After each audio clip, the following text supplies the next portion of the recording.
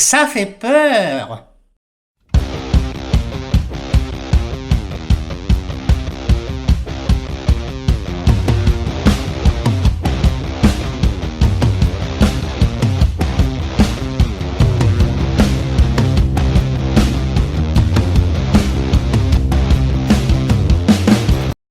Salut les cinéphages, c'est Merege, et aujourd'hui, angoisse. On vient parler d'un film d'horreur, ça s'appelle Smile.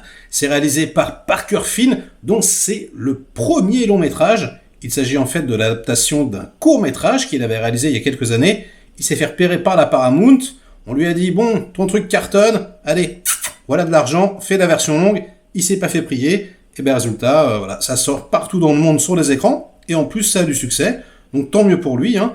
Dans le rôle principal, on retrouve Sosie Bacon, c'est la fille de Kevin Bacon, hein, et ouais, qui est plutôt correcte. Hein. Elle a dû prendre des cours du soir avec son papa. Franchement, ça va. Et le reste du casting est plutôt agréable.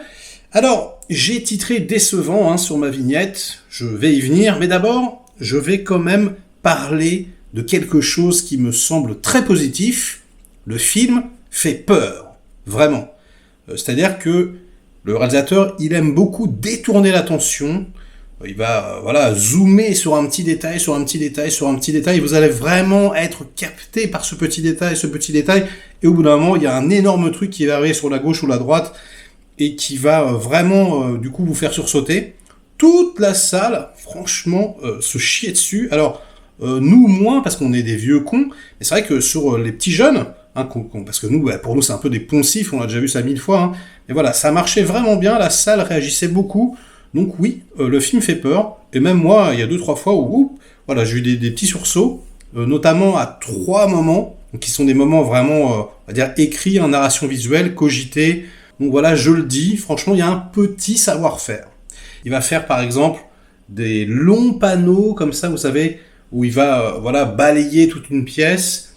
Et on va dire, dans ce mouvement, on va avoir par exemple des cadres, des photos avec des personnages et leur famille, on va comprendre un peu qui ils sont, etc. Et voilà, avec ce genre de plan, juste en un mouvement, vous avez compris un tout petit peu plus la psychologie des personnages qu'il expose. Alors, on a déjà vu ça 150 fois, mais au moins il le fait. Le problème, on va dire, c'est que c'est un peu grossier. C'est-à-dire que au lieu de mettre une photo, il va t'en mettre 16.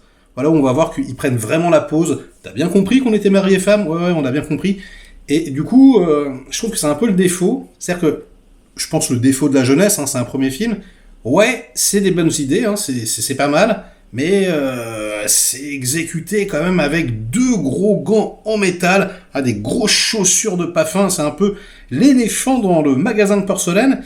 Et du coup, ping, ça pète un peu le truc. C'est un peu dommage, quoi. Et j'ai envie de te dire, au niveau de la direction d'acteurs, c'est un peu pareil. Les comédiens, ils sont pas mauvais, putain, ouais, ils sont dirigés avec lourdeur. Oh là là. Et puis, on va dire que cette lourdeur, elle est un petit peu partout, quoi. Par exemple, les situations, les personnages, on va dire leur passé, etc. Donc, elle est terriblement angoissée, elle culpabilise, etc. Enfin bref, c'est des trucs qu'on a vu 1000 fois, la relation avec son mec, par exemple. Ça s'étire, c'est long, on a déjà vu ça, c'est lourd, vraiment, quoi, c'est cliché et tout. Donc, c'est quand même un petit peu problématique. Et puis alors, il y a vraiment quelque chose qui, pour moi, gâche le film, ruine vraiment toutes ses chances d'être un petit classique, ou une sorte de renouveau du film d'horreur, c'est que ça n'a absolument aucun sens de nous raconter, en fait, par exemple, le trauma de cette fille, si c'est pour justifier le fantastique instantanément. C'est-à-dire, et ça non plus, hein, c'est pas un spoiler, on vous dit clairement, oui, il y a du fantastique. Oui, donc le concept, hein, c'est une sorte d'entité qui se repasse de personne en personne, un truc de malédiction en chaîne qu'on a déjà vu 150 fois, hein, c'est pareil, et c'est clairement dit. Voilà, c'est du fantastique. Bon, alors que vous me direz, il n'y a pas de problème, ça peut. Sauf que non, parce qu'avec le trauma exposé en lettres capitales de notre héroïne, il aurait fallu justement être beaucoup plus flou. Il aurait fallu que le spectateur se pose la question en permanence. Est-ce que ce qu'on voit à l'écran, c'est du fantastique ? Ou est-ce que c'est elle voilà, c'est le poids de sa culpabilité, est-ce que, voilà, elle s'imagine les choses, et ça aurait été beaucoup plus fort, beaucoup plus intéressant. L'ambiguïté, je pense, aurait créé une sorte de peur, un cauchemar, encore plus. Là, bah non, en fait, on nous dit c'est fantastique dès le départ. Donc du coup, bah, toute cette partie, non seulement elle apparaît complètement cliché, du coup, et en plus elle sert à rien surtout. Ça ne sert à rien. Et on la développe vraiment beaucoup, c'est-à-dire à la fin, voilà, dans la maison familiale, etc. Mais putain, mais ça ne sert à rien du tout. C'est juste terriblement problématique. Donc là, au niveau de l'écriture du scénar, il y a de quoi se coller une grosse bastos. Il y a quelques plans, on va dire également, qui sont un peu péteux, quoi. Notamment, voilà, il retourne la caméra, il filme, voilà, avec des drones, quoi. On va dire le panorama des villes, des forêts, sauf qu'il va complètement inversé. Donc, et tu t'es là, tu te dis, mais pourquoi? Pourquoi tu fais ça? C'est beau, hein. Enfin, je veux dire, ça va. Bon, Kawaii l'a déjà fait, quoi, mais pourquoi tu fais ça? Ça sert à quoi, surtout? Il n'y a pas d'explication. Et puis, pareil, il y a des effets un petit peu gratos. À un moment donné, il y a une sorte de créature, donc, qui arrive, hein, voilà. Et on a le plan, alors, exactement un copier-coller de Alien 3, avec la bave, voilà, devant la nana qui est là, qui est terrorisée. Et alors là, du coup, je sais pourquoi. C'est parce qu'en fait, ceux qui sont responsables du design de la créature, eh bien, ce sont Tom Woodruff et Alex Gillis, et qui, en fait, bah, sont les mecs qui travaillaient sur Alien 3 et qui ont fait la créature, qui était dans le costume, etc. Donc là, c'est carrément un clin d'œil, quoi. Et voilà, il y a des petits clins d'œil, des petits trucs qui servent à rien, quoi. Des petits... je sais pas quoi, des petits kiffs de petits jeunes qui se la racontent. T'as vu, je fais un film. Et c'est franchement dommage. Ça manque vraiment d'épure. Le mec, je dis pas qu'il est pas talentueux, encore une fois, hein, mais son énergie déborde. Il y en a trop. Et du coup, bah, c'est pas assez précis, quoi. Ça touche pas au centre de la cible. Et c'est d'autant plus dommage que, comme je vous ai dit, quoi, ouais, il y a pas mal d'effets horrifiques qui sont réussis, quoi.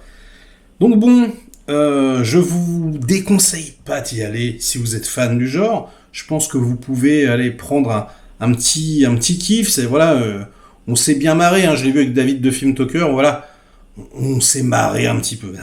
On avait le smile, ça allait.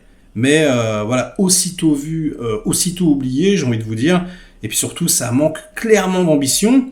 J'ai entendu dire que ça faisait penser au Levitated Horror, à Ari Aster, etc. Oulalala. On se calme, hein. Pour moi, on ne joue pas du tout dans la même cour. Peut-être plus tard, on verra. Mais là, non, là, on n'y est pas du tout. Là ça va. Allez, prends l'escalier. Hein. Il faut qu'il fasse des efforts encore. Mais voilà, je reconnais que il y a un petit truc, un petit. On sent que le mec peut, avec des petits efforts, voilà, que en épurant un peu son style, en allant plus à l'essentiel, faire quelque chose de correct. Donc, ben voilà, j'ai envie de vous dire, ça sera tout, hein, pour cette critique. J'espère que elle vous a plu, elle vous a diverti un minimum. Likez la vidéo si c'est le cas, délikez-la sinon. Inondez-moi de commentaires comme d'habitude pour faire marcher le petit robot YouTube. Et nous, on se retrouve très vite pour de prochaines aventures. Ciao.